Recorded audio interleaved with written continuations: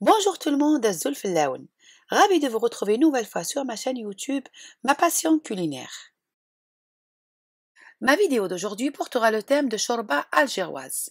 L'année dernière, j'avais publié la vidéo de la Chorba Express.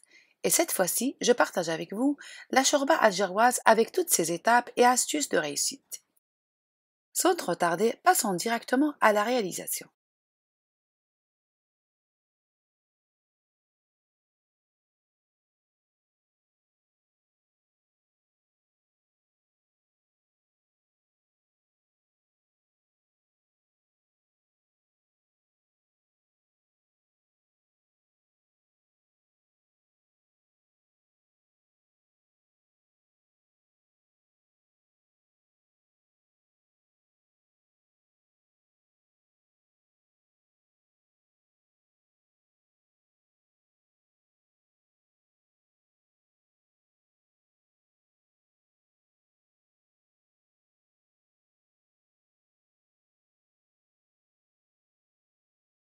La chorba authentique algéroise se fait à base de viande d'agneau. Ceci dit, vous pouvez la remplacer par le veau ou le poulet, peu importe. Et vous pouvez aussi faire un mélange de poulet avec la viande.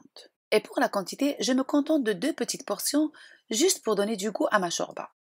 Alors je prends la viande et je la débarrasse de tout excédent de graisse. Certains d'entre vous me diront que cette graisse apporte une saveur originale à la chorba. C'est dommage de la jeter. Non, l'agneau compte parmi les viandes les plus grasses et même en la dégraissant, la chair de cette viande contient toujours de la graisse. Alors essayons toujours de prendre les bonnes initiatives pour préserver notre santé. Dans une cocotte ou un faitout, je mets une cuillère à soupe d'huile, n'en mettez pas plus, et une cuillère à café de beurre ou de semaine qui donnera un goût exquis à la shorba. Et je rajoute un gros oignon que j'ai coupé à la main en tout petits dés. Autrefois, les femmes coupaient finement les légumes à la main, mais à présent, tout se fait facilement au hachoir électrique, et tant mieux d'ailleurs. Et je mets ensuite la viande coupée en petits morceaux aussi. Ma chorba d'aujourd'hui me suffira tout juste pour 2 jours. Et comme vous le voyez, la quantité de viande n'est pas vraiment importante. Je laisse la viande revenir avec les oignons à petit feu. En fait, le secret d'une bonne chorba ne réside pas essentiellement dans la quantité de viande. Certes, beaucoup de viande nous donnera une bonne chorba, mais le secret se trouve dans le temps suffisant et nécessaire qu'on donne à la viande pour libérer ses saveurs et sublimer notre chorba. Et comme d'habitude, pour éviter que la viande ne colle au fond de la marmite, évitez de rajouter de l'huile. Un peu d'eau fait bien l'affaire. Et je laisse toujours mijoter à petit feu avant de rajouter les courgettes coupées en petits dés. Je couvre et je laisse encore revenir à petit feu.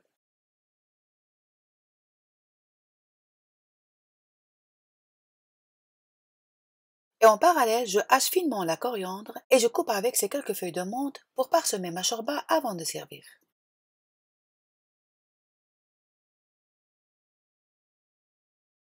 Et là, j'ouvre une petite parenthèse. Veillez à couper finement la coriandre, sinon l'aspect visuel à la fin n'est pas très esthétique lorsque les longues tiges de la coriandre flottent à la surface de la chorba.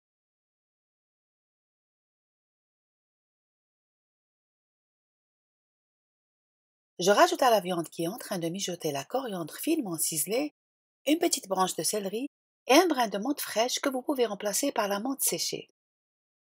Je mélange le tout et je laisse ces 3 herbes libérer leur arôme et ceci toujours à petit feu.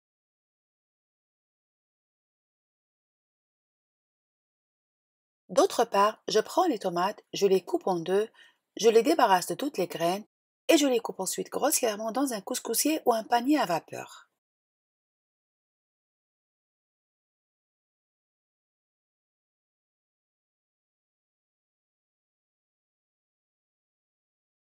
Ensuite, je pose le couscoussier par-dessus ma cocotte, je couvre et je laisse les tomates fondre tranquillement.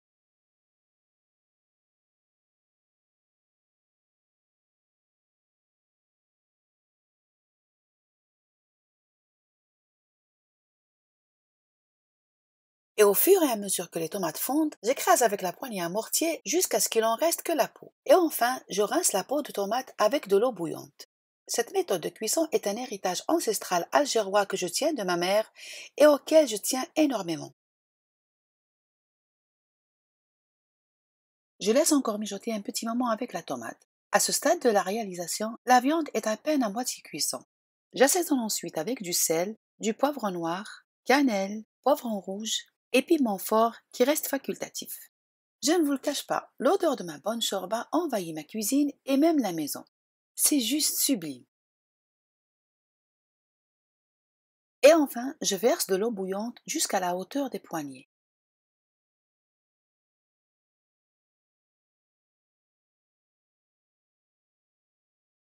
Et juste après ébullition, je mets la poignée de pois chiches trempés la veille.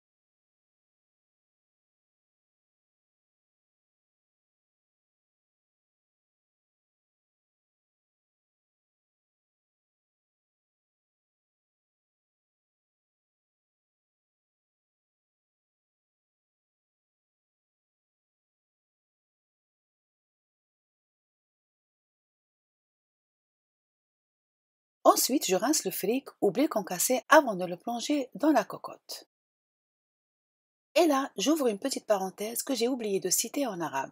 La shorba authentique algéroise se prépare avec des pâtes maison qu'on appelle shorba mqatfa. Et au fil du temps, ces pâtes maison ont été remplacées par des vermicelles ou langue d'oiseau. Et à mon goût, la shorba fric reste ma préférée.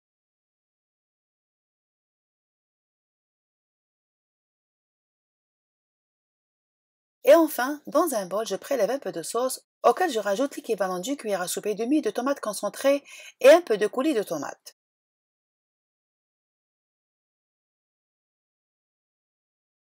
Je mélange le tout et je l'intègre à ma shorba.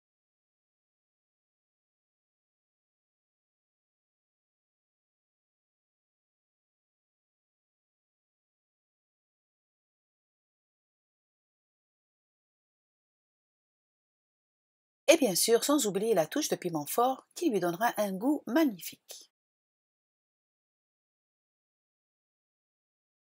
Cuire le fric ou blé concassé pendant une durée de 15 à 20 minutes et ceci sans cesser de remuer. Et bien sûr, ne laissez pas trop cuire le piment, sinon la shorba risque d'être trop piquante. À la fin de la cuisson, j'éteins le feu et je parsème de menthe séchée. La shorba algéroise réalisée à la lettre comme nos mères et nos grand-mères, à défaut du fric qu'on peut remplacer par les vermicelles ou langue d'oiseau. Son goût est le même que celle de la shorba express. Une bonne shorba n'est pas forcément celle qu'on prépare avec beaucoup de viande et qui possède un aspect visuel plein de gras à la surface. Non, une bonne shorba légère et savoureuse, c'est bien celle-ci, à déguster sans remords ni regret. J'ai accompagné ma shorba de galettes de blé complet, de bourek et de salade. Je vous ai mis dans la barre d'infos le lien de la vidéo de la galette de blé complet, n'hésitez pas à la visionner. Ma vidéo de la shorba algéroise touche à sa fin. J'espère qu'elle vous aura plu. Et comme je dis toujours, si vous avez aimé, partagez. À bientôt pour une nouvelle recette. Sahaf et bon appétit.